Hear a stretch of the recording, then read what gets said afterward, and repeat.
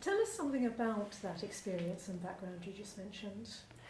Well, I have almost 30 years experience now in the working world. I've worked in the charity sector now for 12 years. Before that, I was in retail financial services, so I had a long time looking into finance, sales, marketing, product development, PR, communications, quite a lot of things.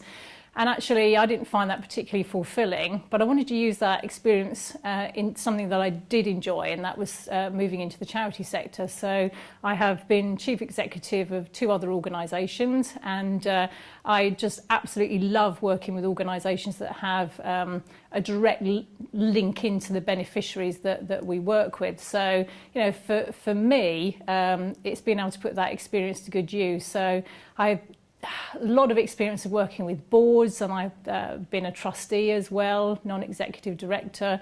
So yeah, I bring a lot of experience to the table, but I enjoy it. So that's probably the main thing.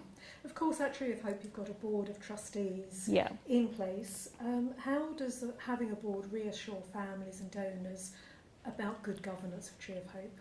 A board of trustees is vital to every charity, because what they do is make sure that the charity is run effectively, is run in a way that ensures real financial transparency, and is run in a way that it has real integrity. So the board of trustees hold me and my team to account.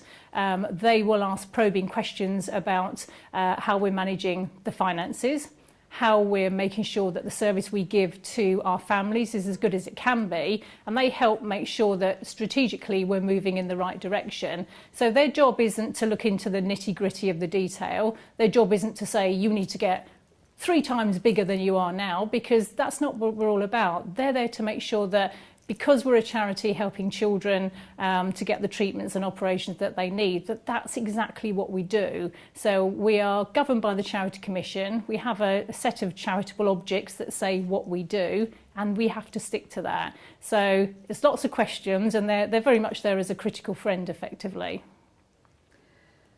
You've mentioned some of the types of therapies that children can have through the fundraising done with Tree of Hope. Can you tell us about some of the more exciting developments that you've come across that people might not even know about? Well, things are changing all the time in terms of developments for children that need support, and it does vary from type of illness, by illness effectively. So with cerebral palsy, if you went back 4 or 5 years, there wouldn't have been an operation that would allow a child to potentially walk again. Now that operation is not only available, albeit on a self-funded basis, it's available in the UK, and the 6 centres that undertake it in the UK have got better and better at it. So we've been to meet the team, for example, at Great Ormond Street, and they're amazing and really inspirational, and they see it now as fairly run-of-the-mill. Obviously the parents don't see it like that, and the children don't see it like that, because it's the biggest operation they will have had in their lives, but they're much more confident now, and I find that exciting that, you know, we are now able to help children move forward and actually have the chance to walk unaided rather than be wheelchair bound. So that's exciting. But there are other things now as we move forward. Things like cystic fibrosis is no longer a life-limiting illness in many cases now, and there's a lot more technology that's actually available that will help children help themselves effectively. So instead of having hours of therapy at home, often the parent undertaking that therapy, a child can wear a particular suit, and it sounds odd, but it's like a little jacket that actually stimulates the mucus and allows the removal of that mucus far more easily. So it's something that just changes the child's life, because instead of being, you know, very beholden to their parent, they are actually able to use technology to really change the way they manage their illness. And young people with cystic fibrosis have a lot longer life expectancy now than they used to have. So I think that's exciting. And our families are amazing. They're always looking for new opportunities, different ways of treating the symptoms that their child may have. And we have a pioneering set of parents who have been looking at stem cell therapy and have been out to South America for that stem cell therapy. And I think that's quite exciting. There is some stem cell therapy here in the UK, but it's not used as widely as perhaps it is elsewhere. And those families are really generous because they'll come back, they'll tell us what happened, they'll explain the impact on their child. You know, sometimes good and bad experiences that they've had with the hospital, and they'll share that with other parents. So, you know, I see our families very much at the leading edge, and I think the internet's great because it does help. It opens up globally what is available. What would you say then to somebody who, for whatever reason, might misunderstand? What would you say then to anybody who perhaps misunderstands the value of the work that Tree of Hope does? I think really to get to understand the work that Tree of Hope does is to actually sit down and say, well, the reality of the situation in the UK is that there isn't the funds available for everything. And if you're unfortunate enough to be that parent with a child who doesn't have funding allocated to them, then you would want to be, you know, the supporting a charity that really helps that family and that child. So I think the value of what we do is that we help give families long-term solutions. So if you're, for example, a child who's had the cerebral palsy operation, selective dorsal rhizotomy, and you're able to walk again, you're going to be much more independent long-term and into adulthood. So, you know, if I'm being blunt, not a drain on the state. So not asking for more funds from the health service because you've actually gone, raised the funds yourselves as a family, and that child now really has a long-term future. And I think that's the same for a lot of the families who come to us for fundraising support, because certainly in the area of autism, there's a lot of new activity and research now that really allows an autistic child to move more into mainstream school. And actually a lot of this work is done in the US, and the Tree of Hope is working with an organisation called the Family Hope Centre on a very holistic way of working with autistic children. And that allows that child then longer term to, as I say, work in mainstream education, get qualifications, and ultimately to be employed. And I think if you look back 10 or 20 years, that would never have been the case. So I think there's a lot more aspiring to be normal and working within mainstream. And I think that's fantastic. So it really does offer long-term value, really. And I think certainly when you look at the health service, I know the doctors we speak to are really grateful for the work that Tree of Hope does, because it allows them to work with families and provide solutions to those families that at the moment they're not able to do. I'm just going to put you on the spot here, because one thing that's just occurred to me, I've got lots of pictures of some of the families that have been helped, and I just wondered. I don't know what Harriet actually sent you. So sorry, this is obviously not for use. I've got some pictures of Joel. I'm thinking that's one. I mean, he's an extraordinary case, but it's one that could be mentioned. And you mentioned the stem cell therapy, and Jake, of course, has just come back. Do you know Jake Foreman? Yeah, I don't know much about his particular case, to be honest.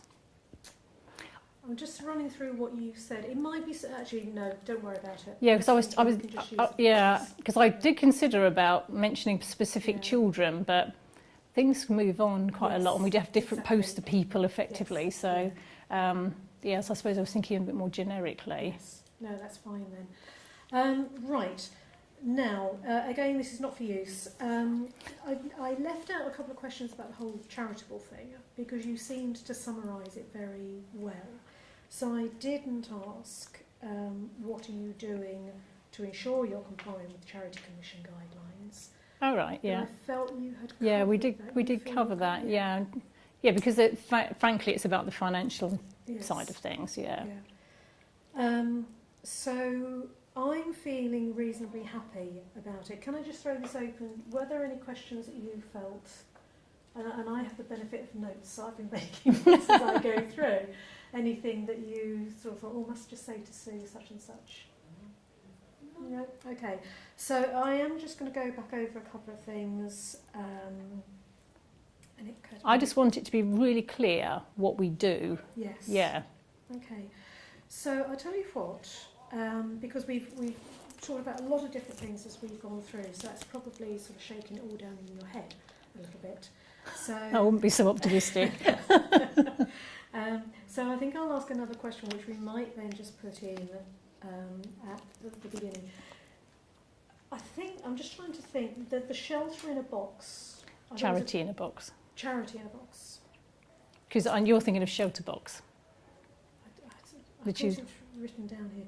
Charity in a box. I'm just wondering whether to go back over that. So no, I'm going to go back to...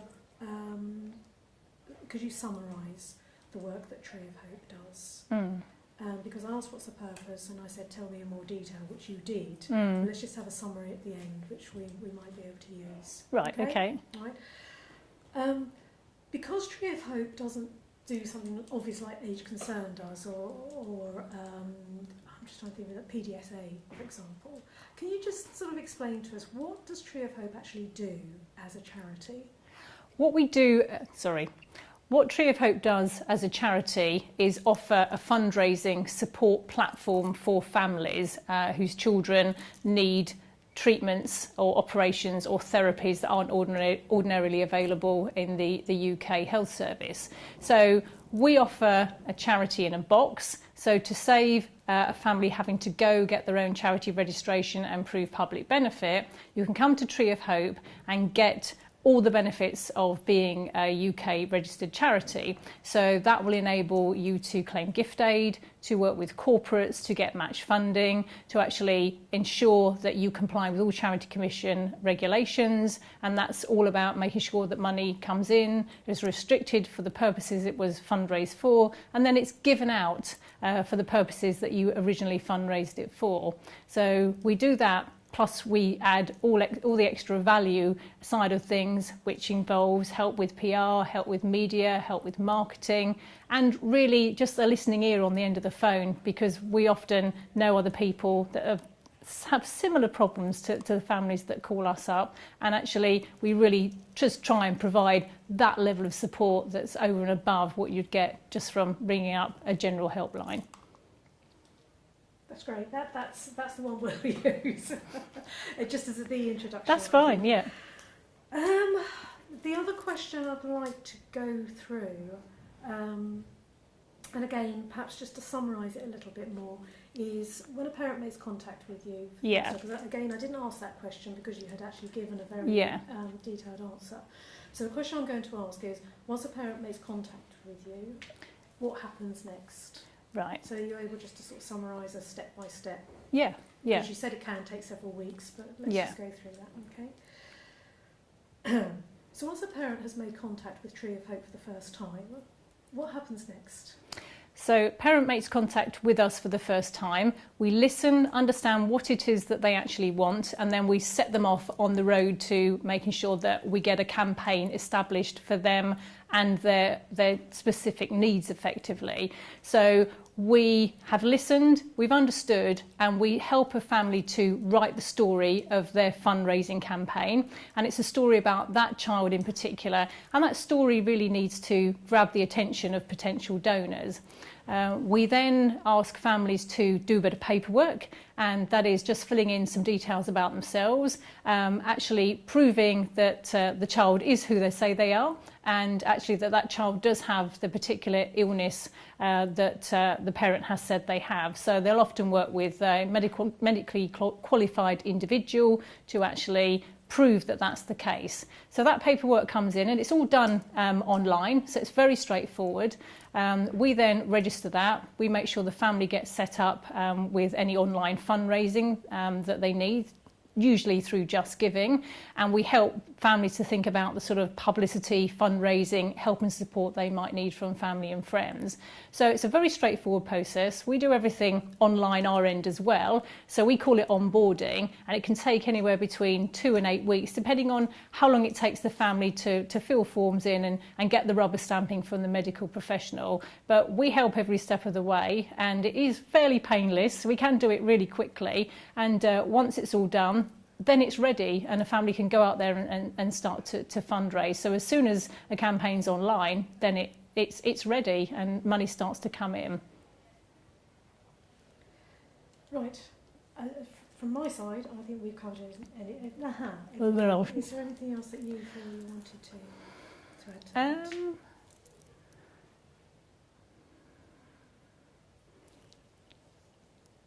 No, it's really difficult about the range of illnesses because it's so broad. Now,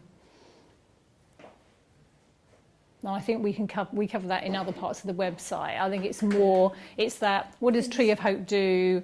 You know, how reassuring can we be about we're approachable, we want the families to come to us. We've got real credibility. I think they're the sort of three key messages. The initial engagement. Yeah, it absolutely is. Yeah. And actually I think we'd probably be looking at more specialist talking heads to do something like that. Yeah. So. Okay. Do you want to take some ambient noise? Have you done that? No, do a little bit of just take about 10-20 seconds of ambient and then do some colourways.